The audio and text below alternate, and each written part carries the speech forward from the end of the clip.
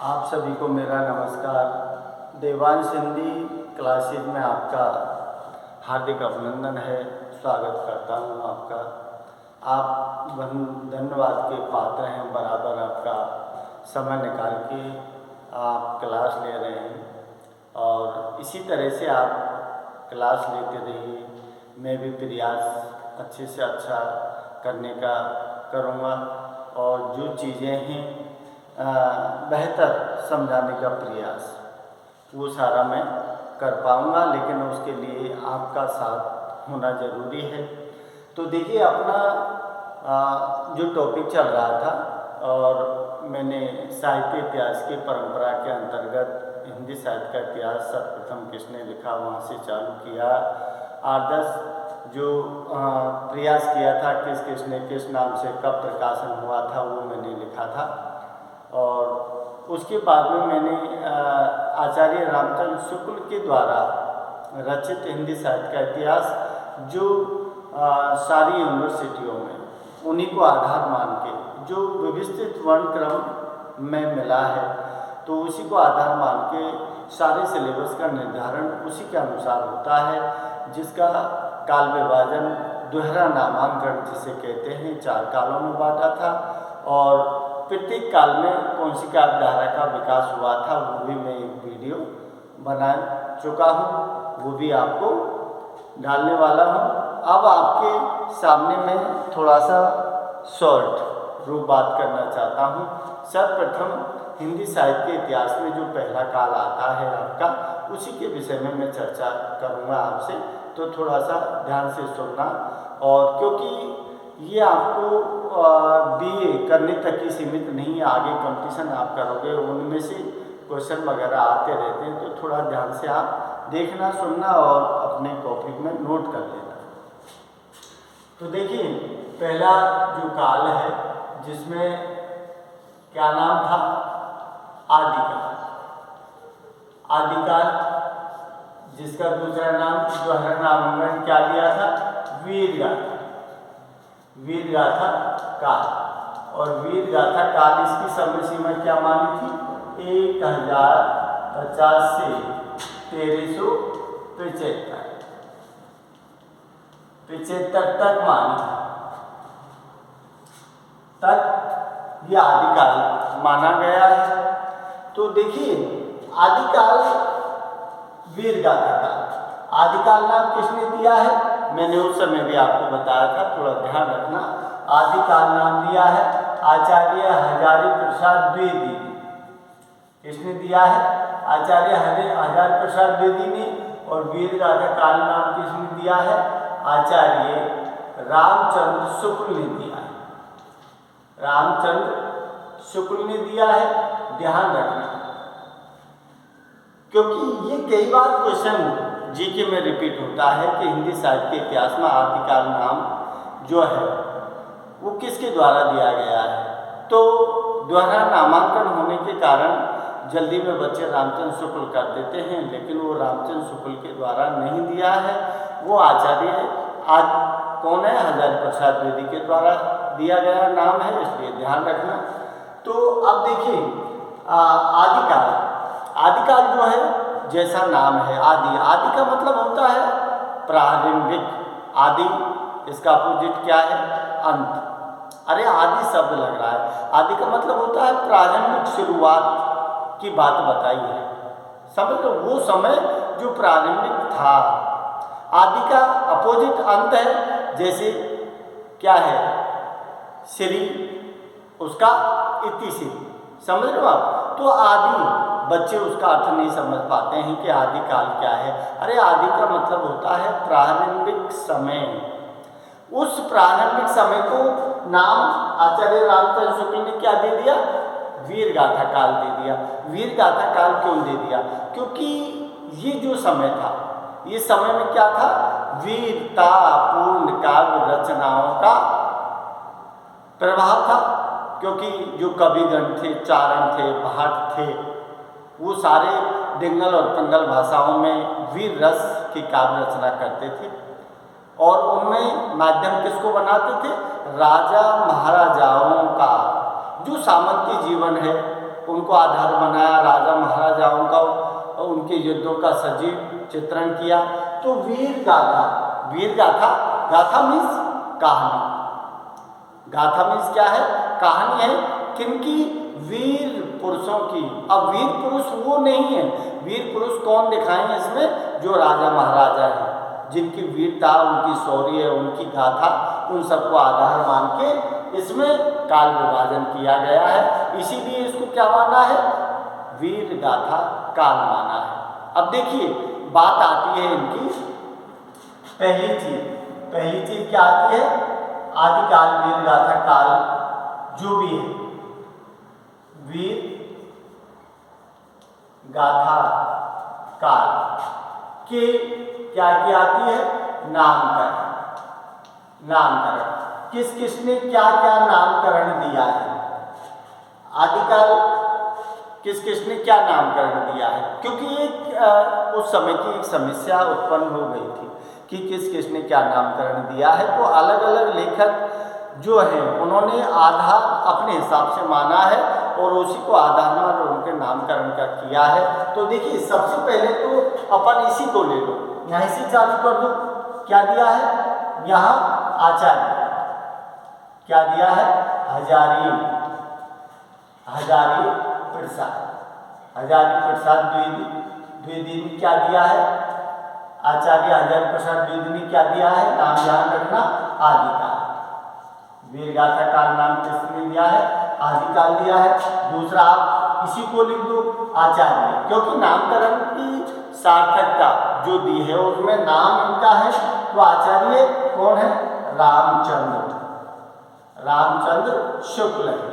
तो रामचंद्र शुक्ल ने इसका नाम क्या दे दिया, वीर गाथा, वीर गाथा काल दे दिया। किसने क्या दे दिया, मिश्र बंधु, मिश्र बंधु, मिश्र बंधुओं ने इसका नाम क्या दे दिया, आरंभिक, आरंभिक काल दे दिया। इस आरंभिक काल को ही अपना आधार बनाया था। आचार्य रामचंद्र शुक्ल ने अपने इतिहास लिखने में बहुत बड़ी भूमिका रही थी। मिश्र बंधु विनोद कि मिश्र बंधु विनोद लिखा था। तो मैंने बताया था आपको कि 3 भाई हैं, जिसमें गणेश बिहारी है, श्याम बिहारी है, सुखदेव बिहारी। उन तीनों जो भी काव्य रचना करते संयुक्त रूप से करते थे, इसलिए मिश्र बंधुओं के नाम से उनको जाना जाता है। कई बार जीके में भी ये क्वेश्चन आता है। तो मिश्र बंधु विनोद ने क्या दिया, आरंभिक काल दिया। चौथे नंबर पर आप क्या रखो कि डॉक्टर जॉर्ज क्या है, गिरियर्सन, डॉक्टर जॉर्ज गिरियर्सन ने क्या नाम दिया इसका, चारण, चारण काल दे, चारण काल। 5वां क्या दे दिया, डॉक्टर राम कुमार वर्मा, इसने क्या दिया है इसको, संधि काल, संधि काल या फिर चारण काल, चारण, संधि काल या चारण काल। डॉक्टर जॉर्ज गिरियर्सन ने भी चारण काल कहा है, डॉक्टर रामकुमार वर्मा ने भी चारण काल कहा है और उन्होंने साथ में संधि काल भी कहा है इसको। और क्या दिया है, छठा इसका नाम क्या है, महावीर,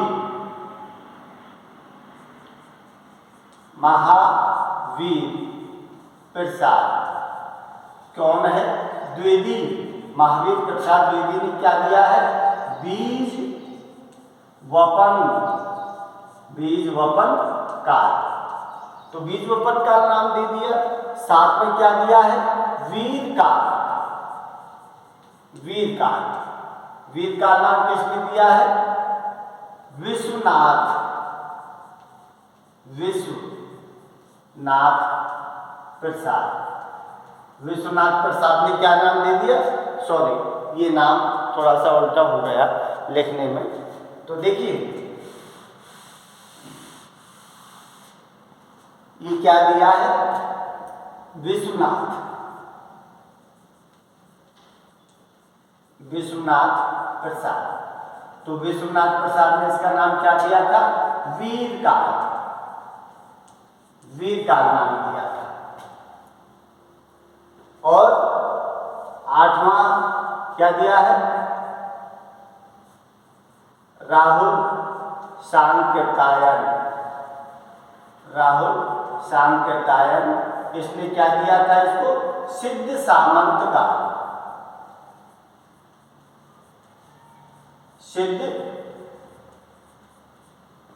सिद्ध सामंत का ये इनके नामकरण जो दिया है उसी के आधार पर इसको कहा गया है।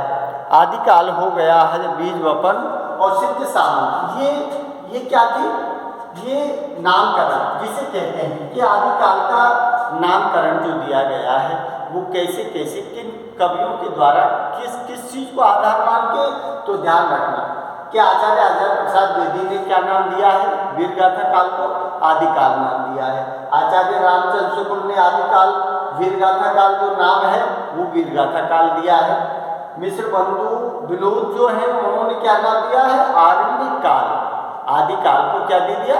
आरण्यक काल नाम दे दिया। डॉक्टर जॉर्ज गैरिसन ने चारण काल का है। चारण का मतलब है कि जो आदिकाल था इसमें चारण कौन थे? अरे जो चारण वो लोग थे जो भाट कवियों का काम करते थे, राजाओं के आश्रम में रहकर उनकी यशोगान, उनकी वंशावली का गुणगान करते थे। चारणों का काम था, इसलिए उन्होंने इसको आधार माना तो चारण काल नाम दे दिया। डॉक्टर रामकुमार वर्मा ने संधि काल और चारण काल दोनों ही कहा है उन्होंने। किसको? आदिकाल वीरगाथा काल को। महावीर प्रसाद द्विवेदी, तो महावीर प्रसाद द्विवेदी ने क्या दिया है? बीज वपन काल। अरे शुरुआती दौर है इसीलिए बीज, क्योंकि शुरुआत बीज से होती है तो बीज वपन काल नाम दे दिया उन्होंने। विश्वनाथ प्रसाद उन्होंने वीर काल दे दिया, क्योंकि वीर काल इसलिए दिया क्योंकि ये प्रारंभिक दौर था, राजा महाराजाओं का समय दिया है। तो 8 शताब्दी से 14वीं शताब्दी के बीच का जो संघर्ष राजा महाराजाओं का हुआ है, उनके युद्ध हुए, उन्हीं को आधार मान के वीर काल नाम दे दिया। और राहुल सांकृत्यायन ने इसको क्या दे दिया? सिद्ध सामंत काल नाम दे दिया। तो ये क्या दिए हैं? नामकरण का आधार माना है इनको। इन लोगों ने अपने अपने विचार इसके विषय में प्रकट किए हैं। अब देखिए अगली चीज,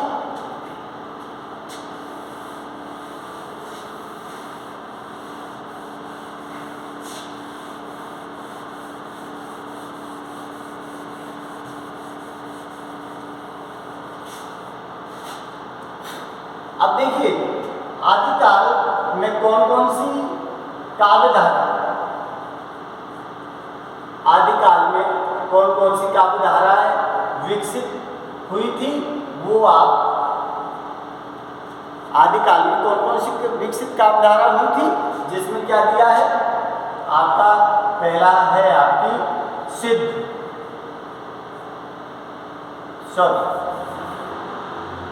पहली है आपकी नाथ काव्य धारा।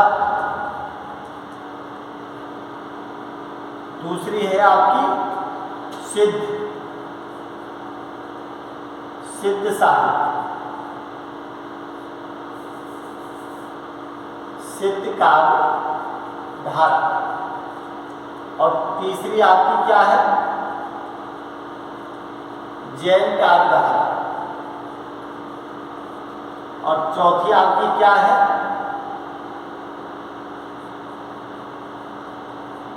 रासो काव्य धारा। और पांचवी आपकी क्या है?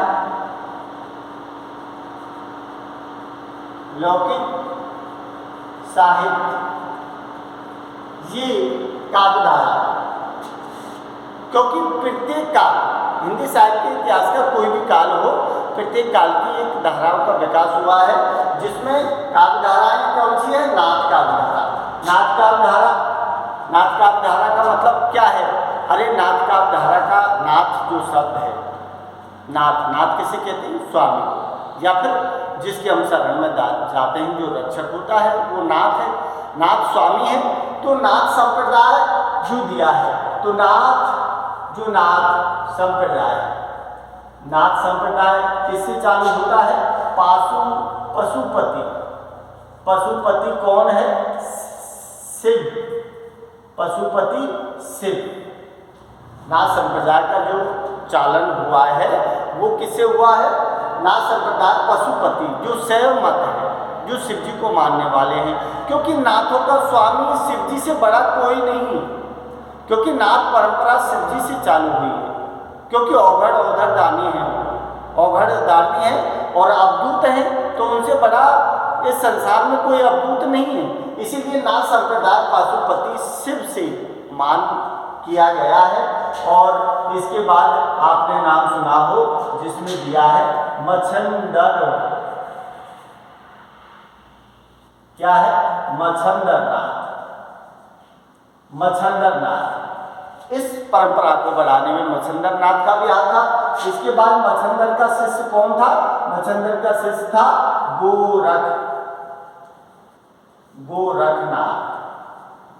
गोरखनाथ।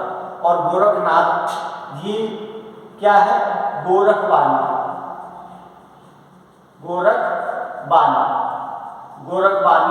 जिसमें काव्य संग्रह है इनका, जिसमें क्या है? 40 ग्रंथों का संकलन है, जिसको गोरखवाणी नाम से जाना गया है। और जो भरतरी महाराज वो गोरखनाथ जी के ही शिष्य थे। तो ये परंपरा नाथ संप्रदाय पाशुपति और मत्स्येंद्रनाथ, गोरखवाणी, ये 40 काव्य संग्रह जिसको गोरखनाथ वाणी के नाम से इनको जाना जाता है। तो ये था आपका नाथ काव्य धारा। मैं संक्षिप्त रूप में परिचय बता रहा हूँ आपको। तो सिद्ध काव्य धारा, सिद्धों की संख्या कितनी मानी है? सिद्ध ये क्या है? बौद्ध धर्म का जो प्रचलन हुआ है। तो यहाँ बौद्ध धर्म में सिद्ध हुए, और सिद्ध जो थे, इन सिद्धों की जो संख्या है वो कितनी मानी गई थी? 84 सिद्धों की संख्या मानी जाती है। और 84 सिद्धों में कौन कौन आते हैं? देखो नाम है इनके, जैसे दिया है सरहपा, कणहपा, लुईपा, ये 84 सरहपा, कणपा, लुईपा, डोंगपा, पा शब्द सिद्धों के सामने ज्यादातर लगे हुए हैं। तो बौद्ध धर्म यहाँ से चालू हुआ है और सिद्धों की संख्या 84 मानी है, जिसमें सरहपा और कणपा, लुईपा इनके जो ग्रंथ मिले हैं, जिसमें क्या है? जैसे आपने पढ़ा हो चर्यापात और दोहा कोश, ये इन्हीं के द्वारा लिखे गए क्या है? ग्रंथों के नाम है। तो इनमें क्या है? बौद्ध धर्म यहाँ से ये क्या था? महायान, समझ रहे हो आप? अरे बौद्ध धर्म में हीनयान महायान 2 शाखाएं बटी, उनमें से भी एक ही महायान वज्रयान हो गई।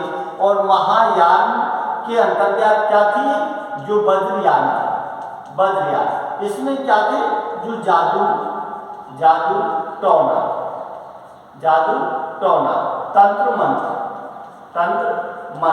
ये सारे के सारे इस सिद्धों की काव्य धारा के अंतर्गत जो उत्तरी भारत पश्चिम बंगाल आता है। तो ये सारे के सारे सिद्धों की संख्या, महायान, वज्रयान, जादू टोना, तंत्र मंत्र, ये सारे के सारे इस काव्य धारा का उद्भव हुआ। इससे पहले नाथ काव्य धारा का हुआ, उसके बाद जैन काव्य धारा का विकास हुआ। तो जैन जो काव्य है उसमें किस शैली में लिखा गया था? ये लिखा था रास, चरित,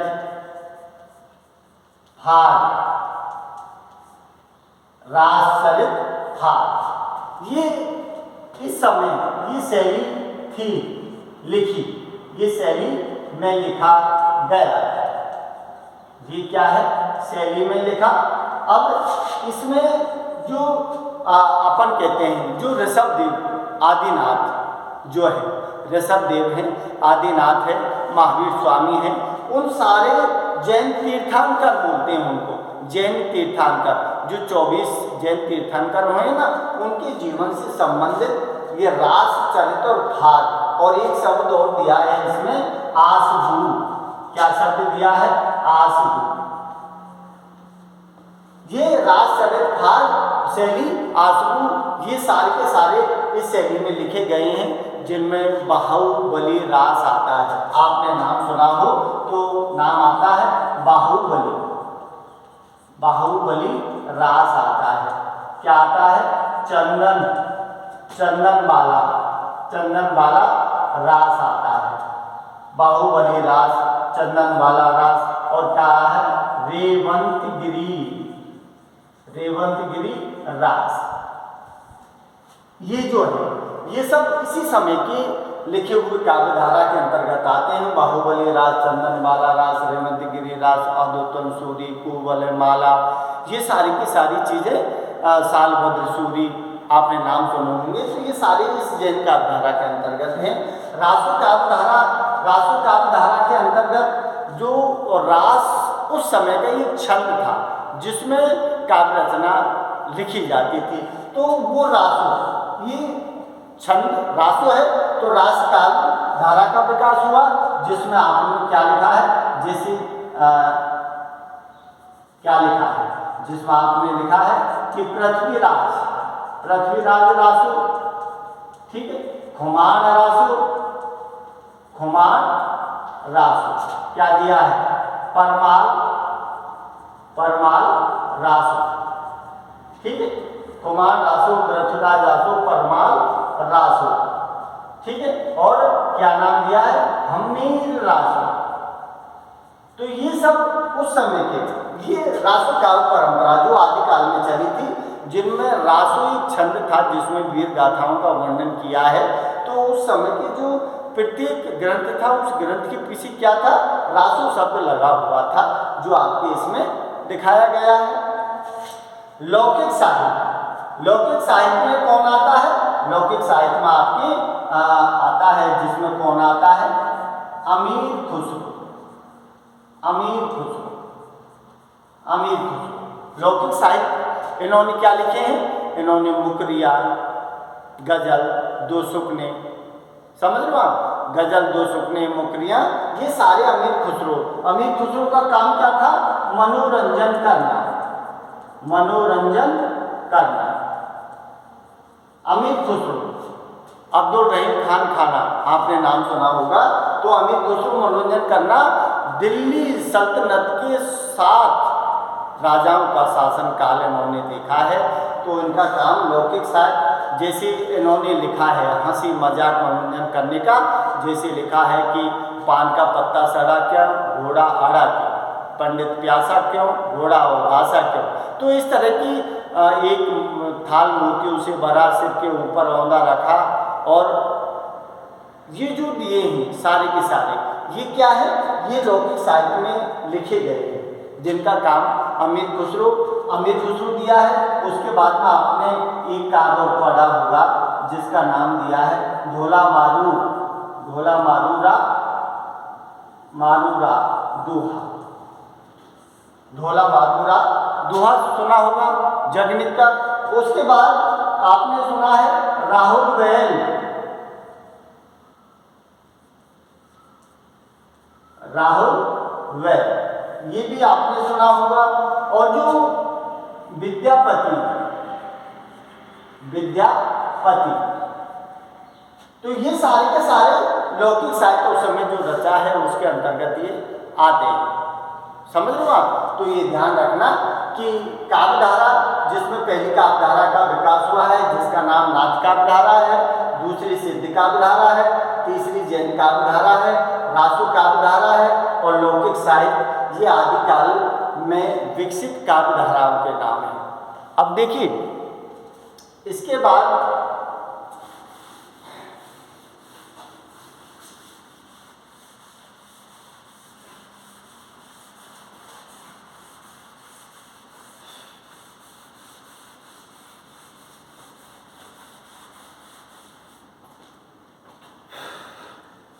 इसके बाद में क्या है? आदिकाल की क्या है? विशेषता है, आदिकाल की विशेषता है। तो आदिकाल की विशेषता है, तो सबसे पहले तो आदिकाल की क्या विशेषताएं हैं? सबसे पहले तो आदिकाल की विशेषता है कि वीर राजाओं की गाथाओं का वर्णन, ठीक है।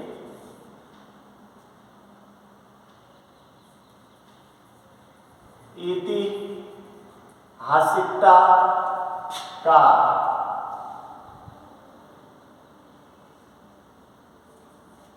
अभाव, क्या दिया है? डिंगल पिंगल भाषा का प्रयोग किया है। रासु साहित्य की रचना, और क्या है? वीर रस का परिपाक, वीर रस का परिपाक हुआ है। और क्या है? सामंती जीवन का चित्रण किया गया है। ये आदिकाल की विशेषताएं हैं, समझ लो आप। तो वीर राजा, ऐतिहासिकता का अभाव, डिंगल पिंगल भाषा का प्रयोग, रासु साहित्य, वीर रचना, वीर रस का परिपाक, सामंती जीवन का चित्रण, समझ रहे हो आप। तो इस प्रकार यह आपको शॉर्ट रूप में मैंने